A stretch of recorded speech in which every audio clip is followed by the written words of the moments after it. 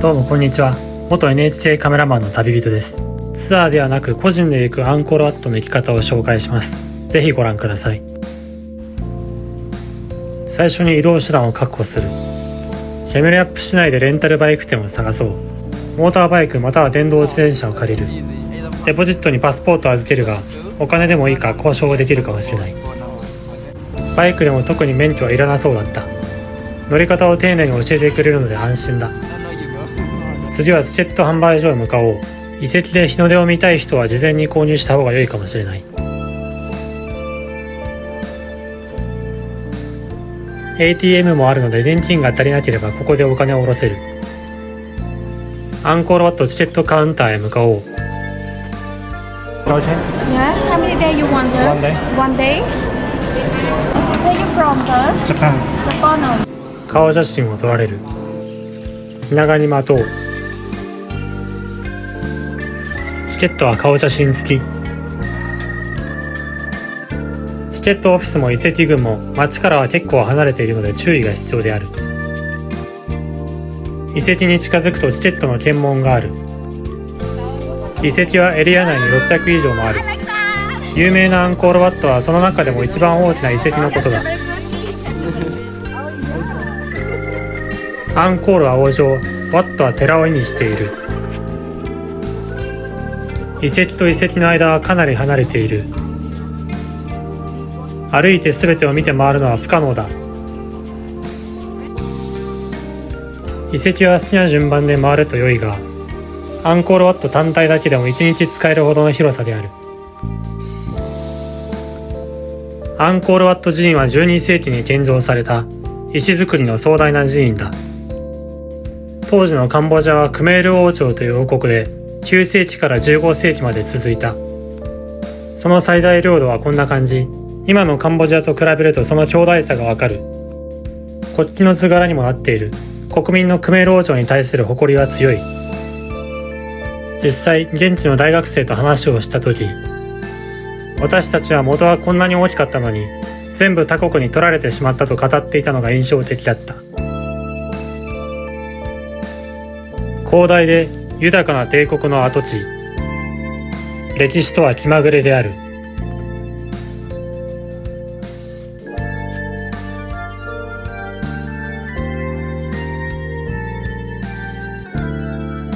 広々とした回廊、東西南北合わせて760メートルにも及ぶ。壁には精緻なレリーフが彫られている。当時カンボジアはヒンドゥー教が盛んだった。そのためレリーフは古代インドの二大諸事詩であるマハーバーラタ、ラーマーヤナの説話を描いている。とはいえ、ガイドなしで見てもあまりわからない。無数の人間が綱引きをしているかのようだ。これを回廊すべてに掘ってあるというのだから、とんでもない労力である。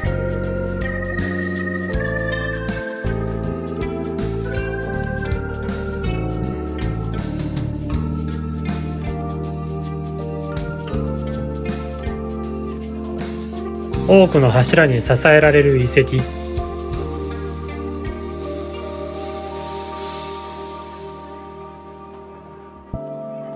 かつて寺院を訪れた参拝者が身を清めた貯水池とされる空間がある。ここまでどうやって水を引いてきたのだろうか。柱の一つ一つにも細かな装飾が彫られてある。柱一つ分掘るのにどれだけ時間をかけたのだろうか。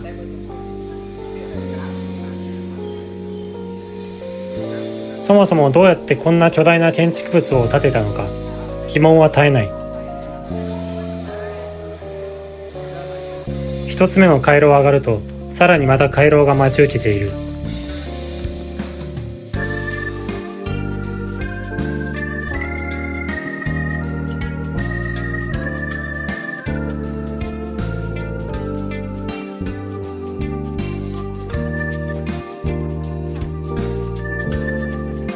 ようやく第2回路が終わったが、ここに来るまでで疲労困憊である。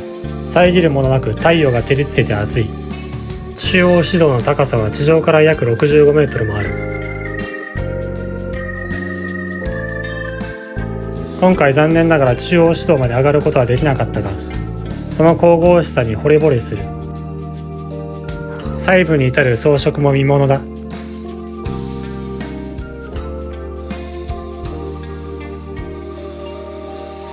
このデバターたちにも注目してほしい。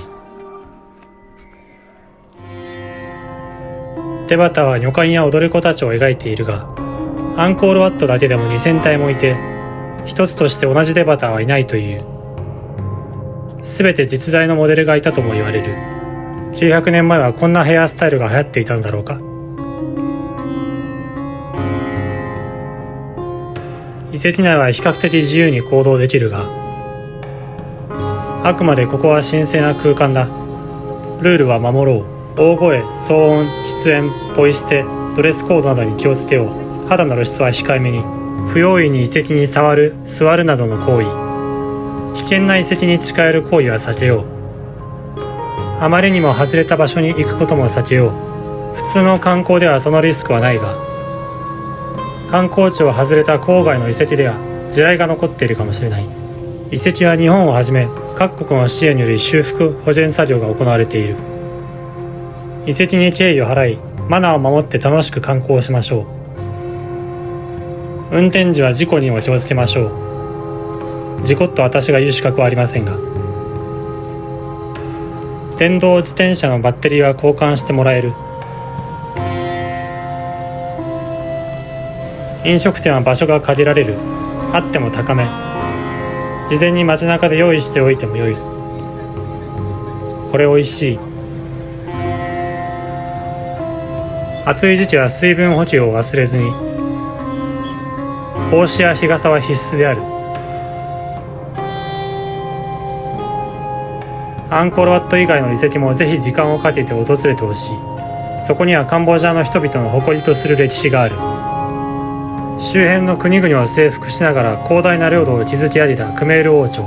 治水やインフラの整備によって物流交易が活発化し、王朝は大いに繁栄。建築や彫刻など壮麗なクメール文化が花開いた。仏教が次第に流入し、その影響も色濃く残る。しかし王が変わるたびに新たな寺院が建てられ、その度に莫大な建設費が発生。そして幾度となく繰り返される王の後継者争いによって次第に王国の国力は衰え、王朝から分離独立してできた国と争うようになった。14世紀、隣国のタイでアユタヤ王朝が建国される。クメール王朝はアユタヤ王朝との戦いによってさらに疲弊し、1431年、度重なるアユタヤ王朝の侵攻に耐えきれずアンコールは陥落する。9世紀から15世紀にわたっておよそ600年間、栄華を極めたクメール王朝はついに滅亡する。アンコールの地は放置され、深いジャングルに覆われていった。崩れた遺跡の間に育った木々の根が絡みつき、ジャングルと遺跡は一つになった。遺跡を覆う巨木がその年月の長さを物語っている。カンボジアはその後、ベトナムやタイなど周辺国の侵略や干渉を受け続け、19世紀半ばからはフランスの植民地となった。第二次世界大戦後、ようやく独立を回復するも、政治は安定せず内戦が起きた。共産主義革命を目指す指導者が政権を取った時代には、極端な政策と粛清により200万人とも言われる人命が失われた。1991年、ようやく内戦が終結。カンボジアに平和と安定が戻った。しかし内戦で多くの命と文化が失われ、今でも人々は地雷や不発弾の脅威にさらされているのだ。繁栄、滅亡、戦争、革命、疫病、幾度となく繰り返される人類の歴史。この遺跡は静かにその様子を見守ってきたのだ。カンボジアはこれからどのような歴史を歩むのだろうか。いいねとチャンネル登録よろしくお願いします。